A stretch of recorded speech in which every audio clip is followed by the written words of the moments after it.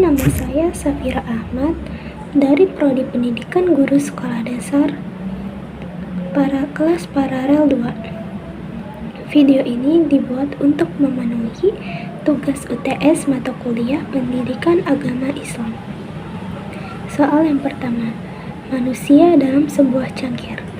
Maksudnya, kita sebagai manusia yang berada di dalam cangkir tersebut dan Allah yang memegang cangkirnya. Artinya, Allah Maha mengetahui dan mengamati perbuatan yang dilakukan oleh manusia.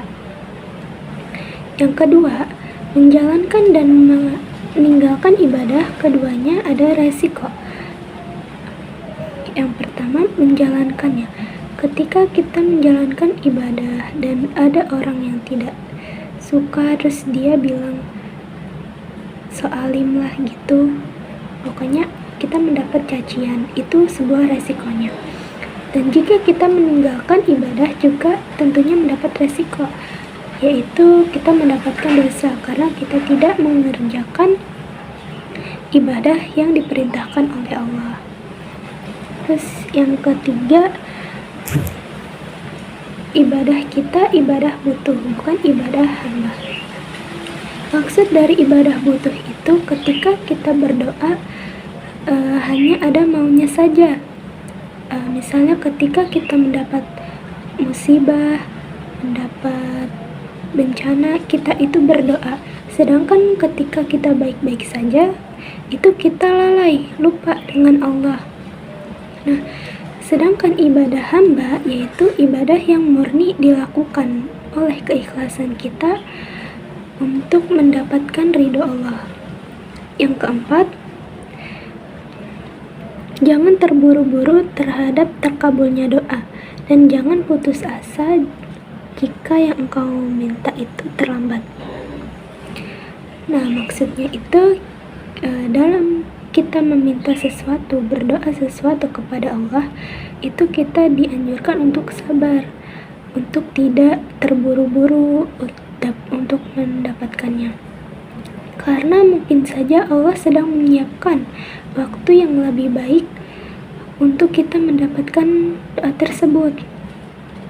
Dan kita juga nggak boleh putus asa kalau yang kita minta itu tidak sesuai yang kita inginkan. Karena mungkin Allah akan menggantinya yang lebih baik. Intinya itu, kalau kita doa itu kita nggak boleh terburu-buru, harus sabar dan menunggu. Yang kelima, janganlah mencurahkan kesungguhan bukan pada tempatnya. Maksudnya itu kita jangan membuang-buang waktu pada hal yang negatif, hal yang tidak bermanfaat, hal yang tidak penting. Contohnya kayak melakukan kejahatan, yaitu mencuri, membunuh, terus pokoknya hal-hal yang negatif. Kita nggak boleh melakukan hal-hal seperti itu karena itu hanya membuang-buang waktu saja. Soal selanjutnya, jelaskan mutiara al-hikam berikut. Yang pertama, min alamatil i'timadi 'alal amali nuqsanur raja'i 'inda wujudiz zalali. Artinya, di antara tanda-tanda orang yang senantiasa bersandar kepada amal ibadahnya adalah kurangnya sifat al-raja, yaitu rasa harap kepada rahmat Allah Subhanahu wa Ta'ala atau mudah putus asa ketika mendapat bencana menimpanya. Maksud dari al-hikam nomor 1 ini, janganlah kita menjadikan amal ibadah kita sebagai sandaran. Karena kalau sekali kita gagal, kita akan merasa kecewa atau merasa bahwa Allah itu tidak peduli lagi kepada kita. Tetapi bersandarlah kepada Allah, karena yang mengatur hidup kita adalah Allah, bukan jumlah ibadah yang kita lakukan. Misalnya, ada orang yang rajin ibadah, rajin sholat, dan ia merasa hidupnya itu pasti lancar, karena amalnya banyak. Tapi ketika dia gagal ujian atau mendapat musibah, dia langsung marah, kecewa, dan berkata, padahal aku sudah melakukan ibadah, tapi kok Allah masih kasih kayak gini. Nah, ini tanda bahwa dia sebenarnya bersandar kepada amal ibadahnya, bukan kepada Allah. Nomor 2,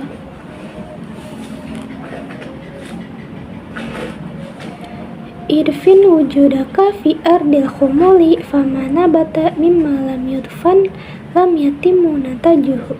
Artinya, tanamlah wujudmu dalam bumi ketidakterkenalan, karena sesuatu yang tumbuh dari apa yang tidak ditanam, maka hasilnya tidak sempurna. Nah, dalam Al-Hikam ini mengajarkan bahwa kita harus merendahkan diri, menyembunyikan amal, dan jangan mengejar ketenaran atau populer. Karena orang yang tumbuh tanpa proses penguburan diri, maksudnya kerendahan hati, itu tidak akan matang rohaninya dan amalnya tidak sempurna. Ibarat benih yang harus dikubur di dalam tanah, barulah ia tumbuh dengan baik, dengan kokoh dan berbuah. Nah, jika benih itu dibiarkan saja, maka benih itu akan rusak, apalagi berbuah, tidak akan berbuah. Begitu juga manusia, jika ia tidak mengubur rasa ego dan keinginan untuk tampil, maka jiwanya tidak akan matang dan amalnya tidak akan sempurna. Yang soal nomor 3, kaifa yatasawwaru ayyahjubahu syai'un wa huwa alladhi azhara kulla syai'in. Artinya, bagaimana dapat dibayangkan bahwa Allah Subhanahu wa taala dapat dihijab atau dibatasi oleh sesuatu, padahal Allah Subhanahu wa taala yang menciptakan dan mewujudkan segala sesuatu. Nah, dalam Al-Hikam ini bahwa tidak mungkin Allah terhijab atau tertutup oleh sesuatu, makhluk apapun. Nah, justru makhluk itu ada dan tampak karena Allah yang menciptakannya. Jadi yang menjadi hijab sebenarnya bukan dunia, bukan manusia, dan bukan urusan hidup, tetapi hati kita sendiri yang lalai dan tidak melihat Allah di balik segala hal. Ibaratnya seperti orang yang berdiri di bawah matahari tapi menutup matanya. Matahari itu tidak hilang, hanya pandangannya yang tertutup. Begitu pula Allah, bukan makhluk yang menutupinya, tetapi hati manusialah yang tertutup oleh kelalaian. Jadi kesimpulannya, Allah selalu tampak bagi hati yang bersih, yang tertutup hanyalah hati yang lupa, bukan Allah yang tersembunyi. Yang keempat, min alamati mautil qalbi adamul huzni ala ma fataka minal muwafiqati wa tarkun nadmi ala ma fa'altuhu min wujudiz zalati. Artinya, di antara tanda matinya hati adalah tidak adanya perasaan sedih atas ketaatan yang kau lewatkan, dan tidak ada rasanya perasaan menyesal atas kesalahan yang kau lakukan. Maksud dari Al-Hikam ini adalah bahwa tanda matinya hati itu ada dua. Yang pertama, ketika kita tidak lagi sedih ketika kehilangan amal kebaikan. Nah, berarti ketaatannya itu sudah tidak lagi dianggap penting sebagai sesuatu yang bernilai. Contohnya, tidak salat subuh tepat waktu karena ketiduran, lalu dia merasa biasa aja, gak ada rasa bersalah apapun. Nah, itu tanda matinya hati. Terus yang kedua, tidak menyesal ketika berdosa. Contohnya, berbohong. Walaupun berbohong itu merupakan dosa kecil, tetapi dia itu ketika melakukannya tidak ada rasa bersalah. Nah, itu tanda matinya hati. Hati yang hidup akan peka terhadap ketaatan dan cepat kembali ketika tergelincir dalam sebuah masalah. Nah, hilangnya rasa ini adalah tanda bahwa hati yang membutuhkan zikir. Yang kelima, la saghirata idza qabalaka adluhu wa la kabirata idza wajahaka fadluhu. Artinya, tidak ada dosa kecil jika kau dihadapkan pada keadilannya, dan tidak ada dosa besar jika kau dihadapkan pada karunia-Nya. Nah, hikmah ini mengajarkan bahwa ukuran dosa bukan semata-mata kecil atau besar yang perbuatan, tetapi bagaimana Allah menilainya. Maka dosa sekecil apapun bisa berat bagi kita jika kita terus mengulanginya. Nah, sebaliknya, dosa sebesar apapun bisa diampuni dan dihapus jika Allah memberikan karunia. Hamba yang beriman hidup di antara dua sikap. Yang pertama, takut terhadap keadilan Allah. Yang kedua, berharap penuh kepada rahmat-Nya. Nah, kedua sikap inilah yang menjaga hati tetap seimbang dan dekat kepada Allah. Sekian dari jawaban saya. Terima kasih.